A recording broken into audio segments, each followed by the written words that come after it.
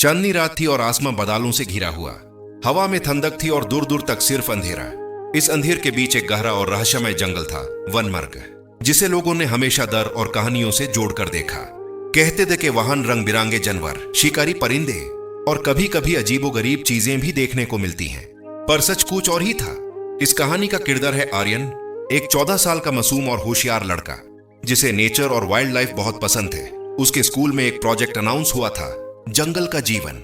इस प्रोजेक्ट के लिए आर्यन ने सोचा कि वो जंगल को खुद एक्सप्लोर करेगा। घर वाले पहले तो घबराए, मगर आर्यन का मामा जी फॉरेस्ट डिपार्टमेंट में दी, इसलिए उन्होंने एक लिमिटेड एरिया में जाने की इजाजत दी। लेकिन जो होना था वो किसी ने सोचा नहीं था। सुबह का वक्त था, सूरज की हल्की किरणें धरती को चमका रही थी। आर्यन अपना बैकपैक, कैमरा, नोटबुक और थोड़ा खाना लेकर जंगल के किनारे तक पहुंचा। जंगल के दरवाजे जैसी बड़ी बड़ी लथियन और उनके ऊपर लटके बेल जैसे दरवाजा खोल रही हो।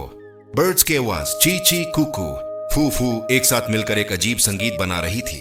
जंगल में कुछ दूर तक तो रास्ता था, पर फिर पेड़ इतने घने हो गए कि सूरज की रोशनी भी जमीन तक मुश्किल से पहुंचती थी।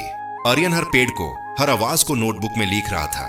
यहाँ की हवा इतनी साफ और ठंडी है, शहर जैसा धुआं शोर यहाँ कुछ नहीं। उसने डायरी में नोट किया। जैसे जैसे वो आगे बढ़ रहा था, पर टोन में हल्की सी खुस खुस की आवाज हुई। आर्यन थोड़ा टिक गया, दिल तेज धड़कने लगा। अचानक झाड़ी के पीछे से कुछ हिला। एक छोटा सा काला हिरन बाहर निकला, आंखें नीली, पैर हल्की, जैसे हवा पर चल रहा हो। वो आर्यन को देखकर रुका। कुछ पाल तक दोनों एक दूसरे को देखते रहे। आर्यन ने धीरे से अपना हाथ आगे बढ़ाया। पहले हिरन पीछे होता, पर फिर धीरे धीरे उसके पास आ गया। ये जंगल का हिरन किसी से इतना जल्दी दोस्ती नहीं करता, मगर आर्यन से उसका रिश्ता एक पल में जुड़ गया। आर्यन ने उसका नाम रखा नूर।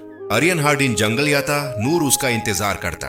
कभी दोनों झील के पास बैठते, कभी पहाड़ी पर सनराइज देखते। नूर जंगल की भाषा नहीं बोल सकता था, पर उसकी आंखों में वो बात थी जो इंसान समझ सकता था। दोनों की दोस्ती हफ्ते भर में गहरी हो गई, पर जंगल में सब खुश नहीं थे। जंगल के दूसरे हिस्से में एक भयानक शेर रौद्रा रहता था, तड़कता भड़कता, शिकारी और गरवा से भरा हुआ। सब जानवर उसे डरते थे। रौद्रा को पसंद नहीं था कि कोई भी उसके इलाके में बिना परमिशन आए। जब उसके कानों में यह खबर पहुंची कि एक इंसान लड़का रोज जंगल आ रहा है और हिरन से दोस्ती कर रहा है, तो रौद्रा को गुस्सा आया। वो सोचने लगा, इंसान का मतलब हमेशा तबाही, या तो शिकार करेगा या लक दिखाएगा। जंगल में इंसान का कोई हक नहीं। रौद्रा ने फैसला कर लिया, आर्यन को जंगल से भगाया जाए। एक दिन हवा असाधारण ठंडी थी। पंछी चुप, पेट बेहरकत, जैसे कुछ बड़ा होने वाला हो। आर्यन जंगल में पहुंचा तो नूर बेचैन था। उसकी सांसों में घबराहट थी। आर्यन समझ गया, डेंजर है। वही समय रौद्रा पेड़ के पीछे से निकला।